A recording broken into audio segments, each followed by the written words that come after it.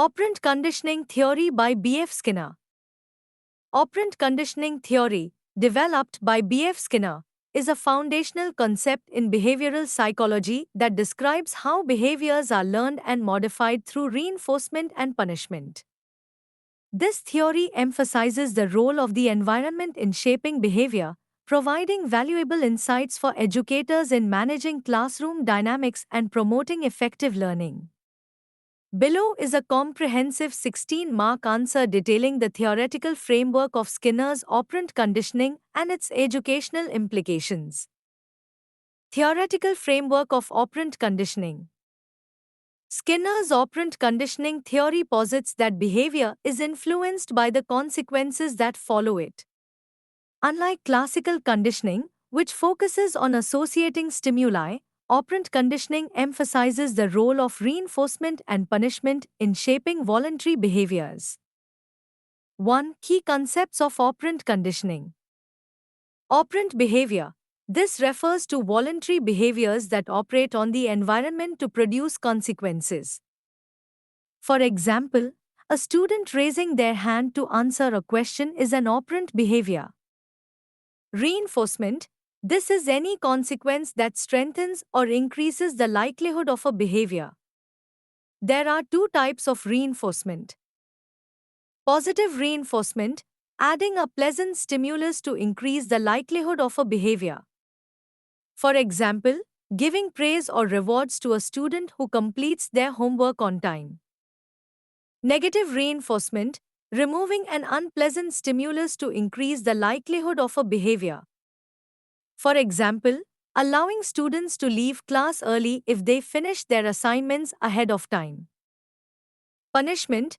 This is any consequence that weakens or decreases the likelihood of a behavior. Like reinforcement, punishment can also be positive or negative. Positive punishment, adding an unpleasant stimulus to reduce a behavior. For instance, giving extra assignments to students who misbehave. Negative punishment, removing a pleasant stimulus to reduce a behavior. For example, taking away recess time for students who disrupt class. Schedules of reinforcement. Skinner identified different schedules that affect how often reinforcement is provided, influencing the strength and persistence of behaviors. The primary schedules include continuous reinforcement, providing reinforcement after every correct response, leading to rapid learning. Partial, intermittent, reinforcement, providing reinforcement after some responses but not others, which can lead to greater persistence in behavior. This can be broken down into fixed ratio, variable ratio, fixed interval, and variable interval schedules. Shaping. This is the process of reinforcing successive approximations of a desired behavior. By gradually reinforcing behaviors that are closer to the target behavior, educators can effectively teach complex skills. Extinction. This occurs when a previously reinforced behavior is no longer reinforced, leading to a decrease in that behavior over time. For instance, if a student stops receiving praise for good behavior, they may eventually stop displaying that behavior. Though Skinner's experimental setup. Skinner conducted experiments using devices known as Skinner boxes. These boxes contained a lever that animals could press to receive food, a reward, or avoid an electric shock, a punishment.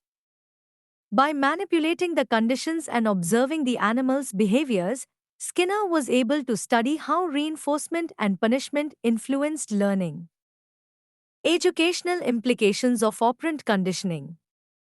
Skinner's operant conditioning has profound implications for educational practice, particularly in behavior management, motivation, and instructional strategies.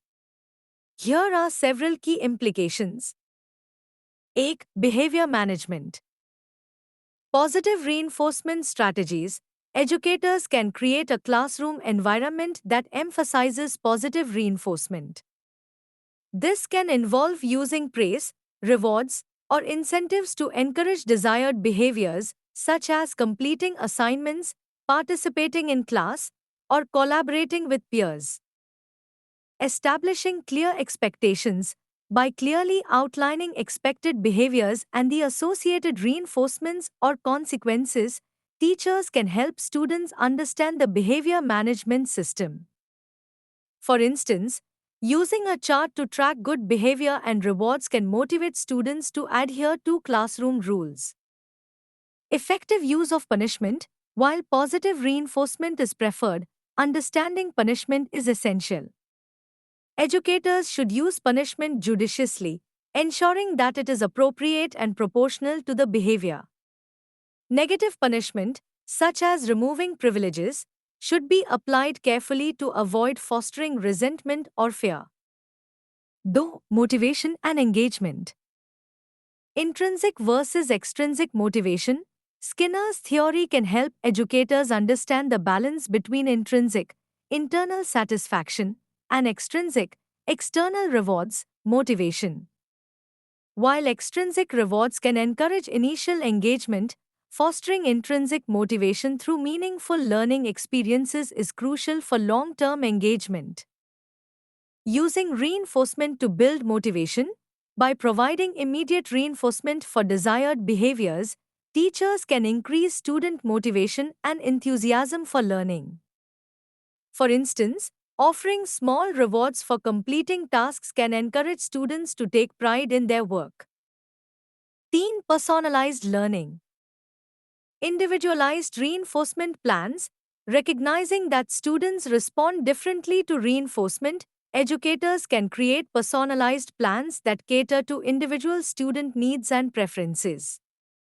For example, some students may be motivated by verbal praise, while others may respond better to tangible rewards. Adaptive learning environments.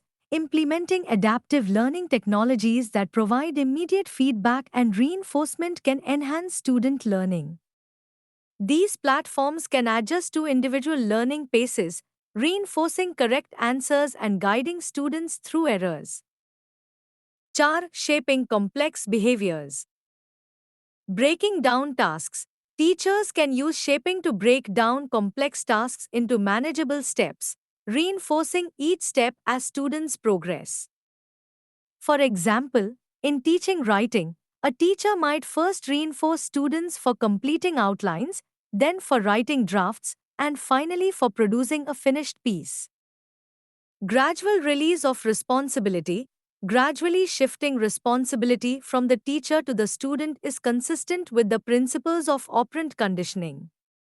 Initially providing strong reinforcement, educators can slowly reduce support as students gain confidence and competence.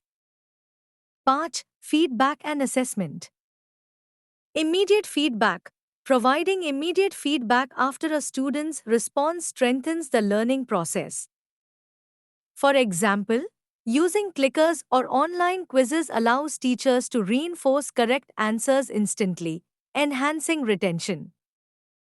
Continuous assessment. Regular assessments that reinforce learning help educators identify areas where students may struggle and require additional support. This approach allows for timely interventions and encourages a growth mindset.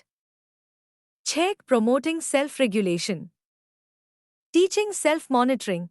Educators can help students develop self-regulation skills by teaching them to monitor their own behaviors and outcomes. Providing tools and strategies for self-assessment encourages students to take responsibility for their learning. Encouraging goal setting. Involving students in setting personal learning goals and identifying the reinforcements they will receive for achieving them fosters a sense of ownership and accountability. Conclusion. B.F. Skinner's operant conditioning theory provides a comprehensive framework for understanding how behavior is influenced by consequences. The concepts of reinforcement, punishment, and shaping offer valuable strategies for educators to promote positive behaviors and enhance learning outcomes. By applying the principles of operant conditioning in the classroom, educators can effectively manage behavior, motivate students, and create personalized learning experiences that foster engagement and success. Through positive reinforcement, clear expectations, and adaptive approaches, educators can create a supportive and dynamic learning environment that encourages student growth and development.